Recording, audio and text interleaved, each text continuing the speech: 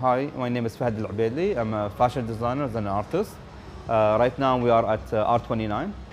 It's my favorite place in Doha because it combines the two together, fashion and art. Basically, I run my own business. I have full brand. It's a menswear casual brand.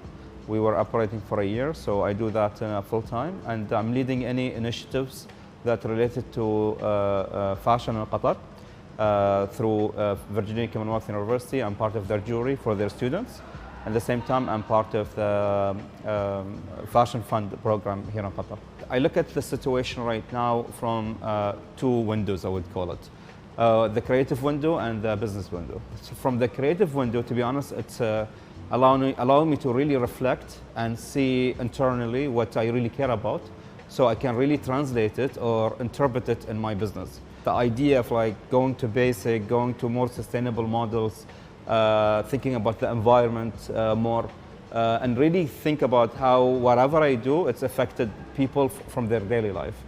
So that from the creative aspect, I think like it's kind of benefits me, which is a bit selfish to say. But from the business side, it's affected me in a negative way because the way I sell my collection in my store, I'm very traditional in terms of the way I run my business. I like department store. I like to have this face-to-face interact with people. I like to meet my consumers, see how they behave, how they interact, if they will touch my garment, which one they touch it, why, and stuff like that. Because of the situation, it's not happening in my store, so that doesn't really help me for my next collection. So that is like the effect of it, and sales as well, because I don't have any digital point of sale. And now actually I'm thinking about it because I don't want to go through this again, like if anything happened and I'm really 100% counting and people walk into my store and buy my collections. Affected me in a way, it affected actually my decisions. You know, like I'm thinking about like scenarios now. Let's say if this situation happened, do I have backup plan? How I'm gonna handle it? Because before we didn't have crisis management in our way of conducting our business, because everything was safe, everything was normal as a business. And now I'm thinking seriously to have an e-commerce website that actually I can sell my collection there.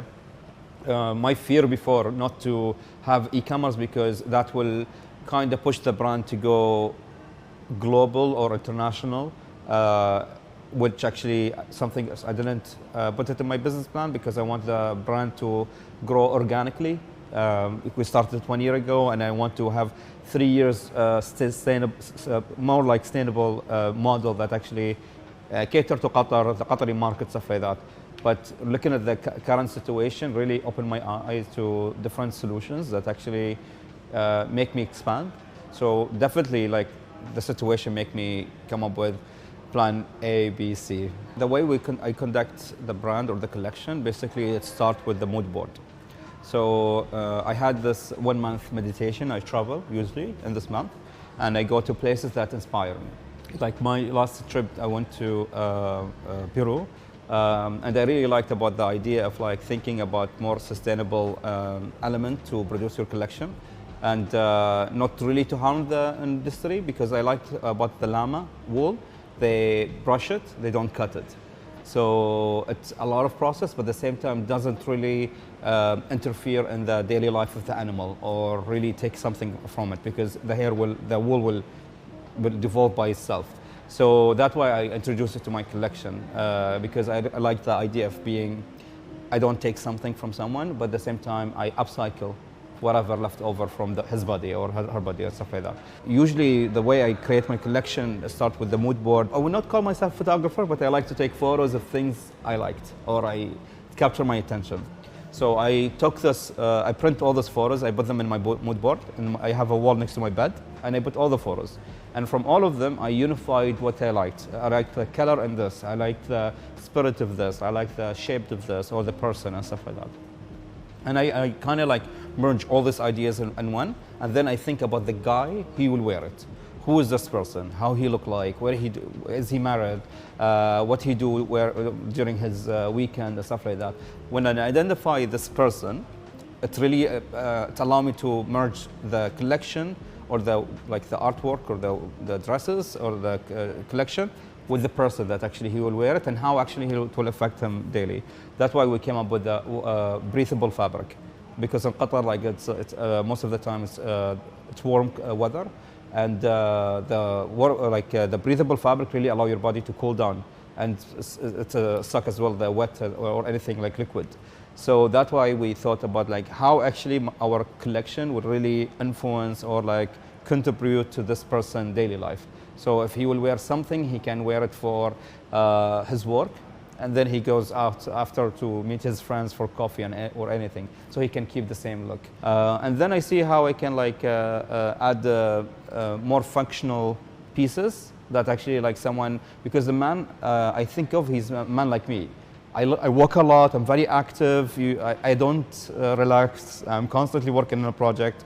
So I always see the man who will wear the collection, he's actually thinking or behaving the same way.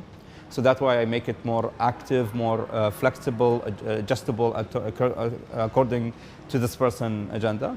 And then for the sketch, it goes to the production plan. So where I'm gonna source my collection, where is the fabric coming from, are we producing our own fabric or it already exists? And then the pattern cutting, and then the last one is like the production of the collection.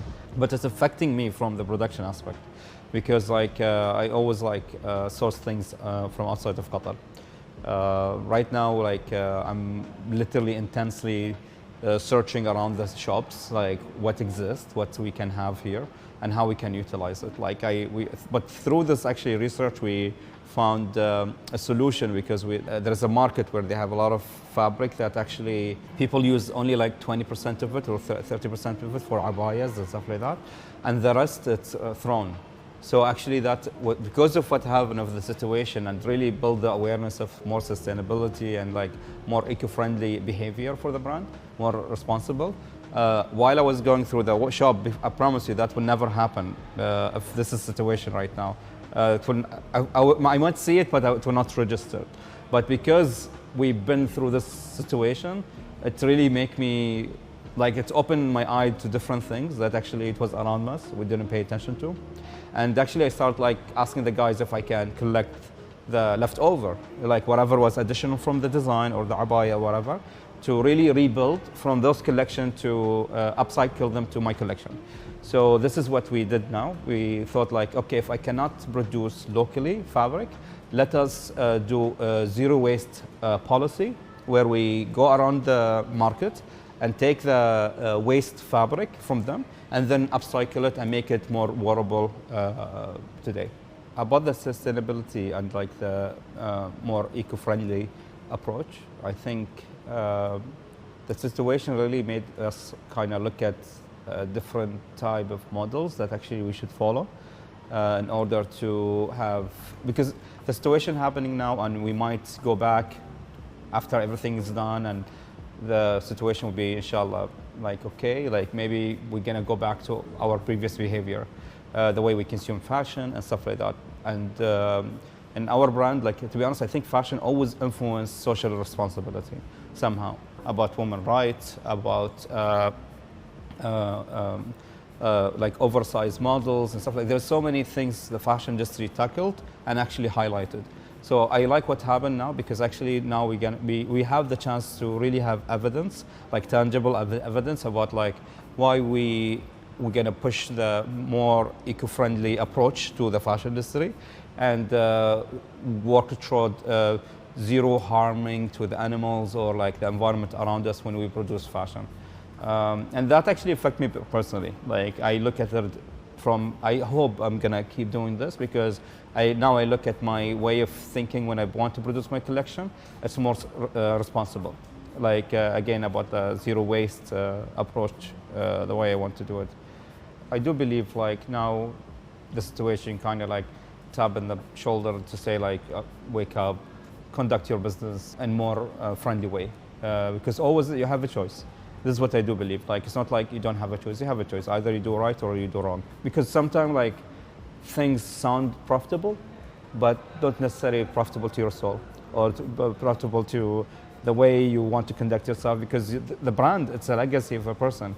Like that's why Alexander McQueen, when he passed away, he didn't die.